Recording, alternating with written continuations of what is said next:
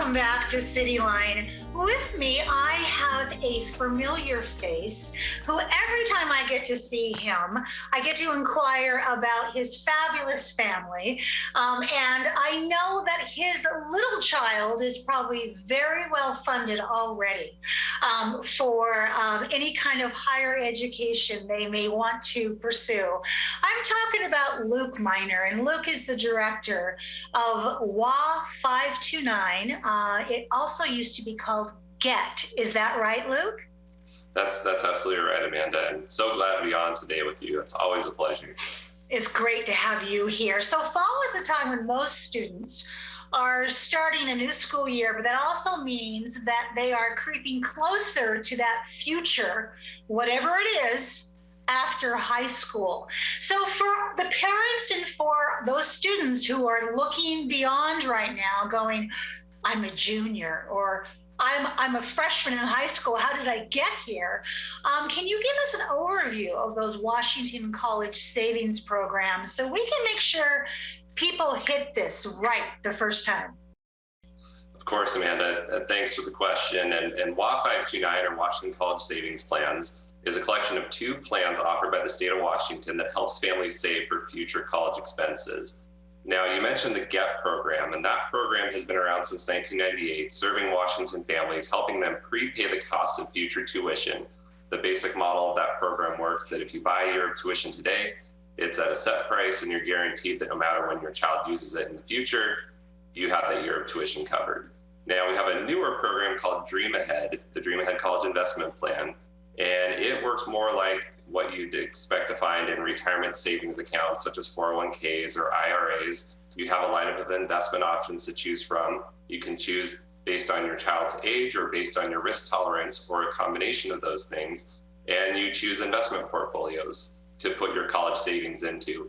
But the key with both programs is they are tax-advantaged savings vehicles specifically for higher education expenses, meaning all the earnings in your account grow tax-free, and both programs benefit families the most the sooner they can get started with their savings for their child. But we also don't want families to get discouraged, because we know time goes by quickly. You were mentioning my daughter, Hope. She's already 21 months old, which we were talking and couldn't believe that much time has already passed. So even in these first less than 2 years that have gone by in the blink of an eye, I know how it is for families who are trying to manage the day-to-day. You get behind with even your best intentions, and we don't want families to get discouraged, because there are options for you with Washington College Savings Plans too. At whatever point in your child's development they're in, you can get those savings efforts started, and those are really going to add up and chip away at those future college costs. Luke, let's talk about the latte factor when it comes to saving for college. I learned that phrase when my daughter, who is now almost 30, was 21 months, just like your daughter Hope is. Can you explain to our audience how the latte factor can help them achieve college savings? Yeah, the latte factor is a fun one, or not, depending on how you look at it. We all love our lattes, and there are room for them in our world.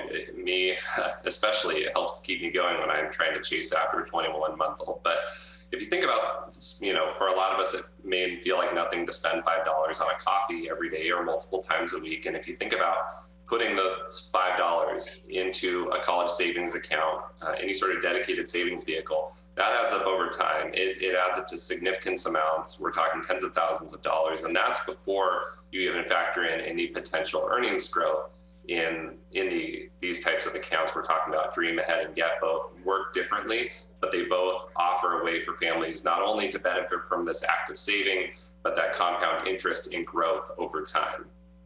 And that's what we're talking about. We're talking about that compound interest of once you reach a certain amount, then it really begins to build, and you almost are making money in your sleep.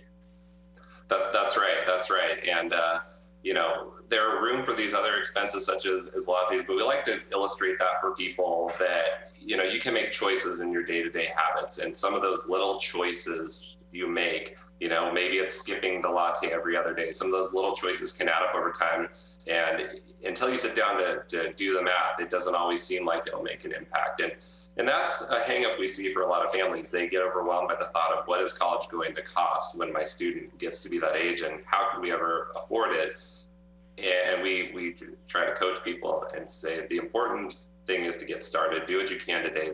You'd be surprised at how those efforts add up over time. And the best thing you can do is keep at it on a regular basis and get friends and family involved. I know we're coming up on the holidays. This is the time of year we start to see gifting contributions really start to increase. And that this crowdfunding mentality to a child's development is becoming more popular. And so we really encourage families to get really creative with how they're doing that.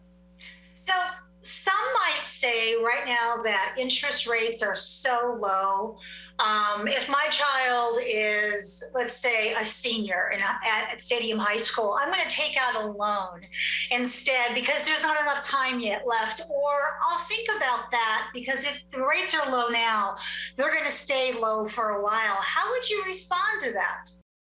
Well, we would always respond with saving is always better than borrowing, no matter what the rate is. You're taking control of the situation in that matter. And we know we have a student debt problem in this country, 1.7 trillion with a T in student loan debt out there. The amount that families have saved in college savings plans is substantial too, but it's in the hundreds of billions of dollars. So about half of what the student debt is that's out there. So our goal is to increase the savings rate among families.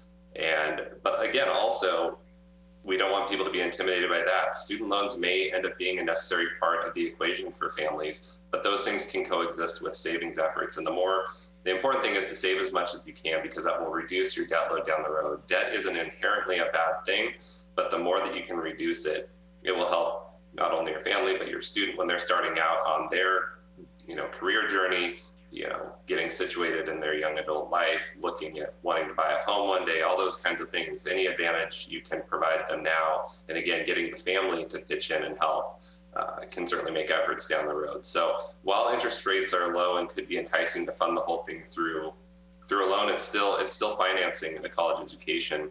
And when you can put some of those controls into your court through savings, and certainly we always encourage families to fill out financial aid forms. The agency I work for is also this financial aid administrator for the state, and I would be remiss if I did not encourage any family of any walk of life to complete the financial aid forms, even if they felt like they wouldn't qualify, because they might be surprised to find out the kind of aid they might qualify for, apply for scholarships. It's a lot of pieces that go together for most families to fund the college experience, but the larger a piece of the pie that savings can be, the more it's going to help down the road.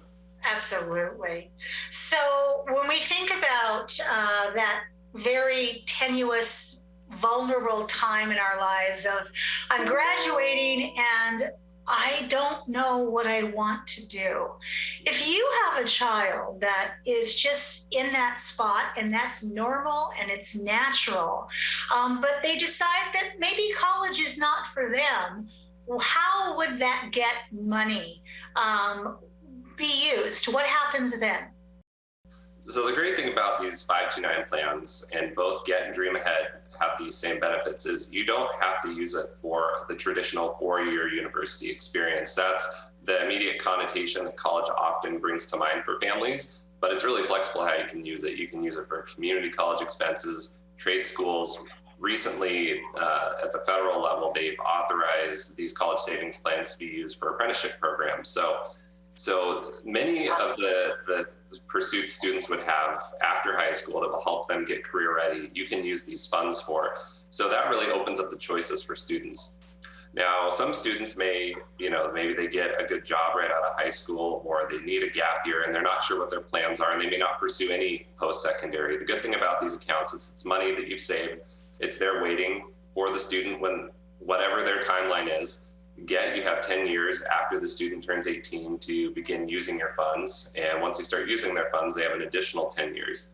And Dream Ahead, because it's an investment plan, that money is there. There's no expiration date. It will always be there when you need it.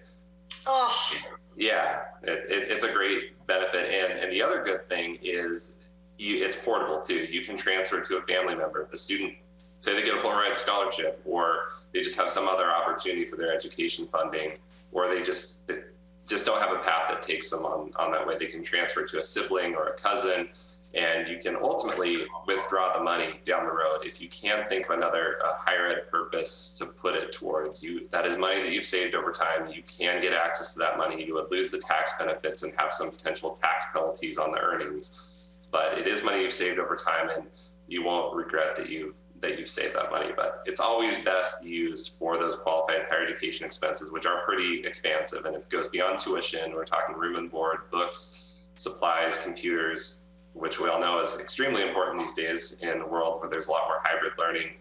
All those tools that to support that you can use your funds for as well.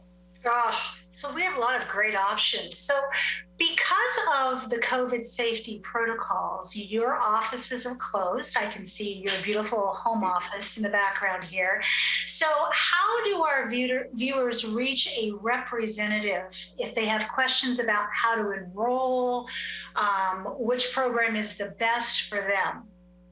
Yeah, great question. And of course, our phone lines are still open through all of this. The wonder of remote work, we can still serve families in the same way. And in fact, we've been able to expand our coverage of people. So the easiest way though for the GET program, they are two different programs. So GET is 800-955-2318 and Dream Ahead is 844-529-5845. And knowledgeable people can answer any questions that will help guide you to a decision. And our website's also a great resource. 529.wa.gov has information about both programs. You can compare and contrast them, learn about the tax benefits, and ultimately pick the approach that works for you or the combination of efforts, because you can participate in both programs. And this is my last question for you. When do we start? When should someone start? It's never too early to start saving for a child's future college expenses. Taking my daughter Hope, for example, before she was even born, we got that GET account set up for her and started buying GET units. And I've since opened a Dream Ahead account for her shortly after she was born. And again, the earlier you get started, the easier it is, because you can do small amounts over time. You don't have to try and come up with large lump sums all at once and feel like you're behind the eight ball. So the sooner you can get started, but also know that if you've gotten a late start, doing it sooner is better, but you still have options available to you. Luke, you make it sound so easy, because WA529 makes it easy. So thank you so much for all that you and your team do. Saving for college is scary. There's a lot of questions. Even finding a college can be difficult. And it's great to know that a lot of the answers that we parents struggle with, you have the answers to. So thank you so very much. And I want to see you sooner than later. I don't want to hear you say, well, Hope has just finished her first year at Harvard, when I see you again. Oh, I sure hope that's not the case. I hope you get to see a good window into her development over the years and see all of her pursuits. So thank you so much for having me on. It's always humbling. What you're doing for the community is amazing, and giving me the opportunity to share is a privilege. So I really thank you for that. Well, right back at you. We have much more to come on Cityline. Don't go away. We'll be right back.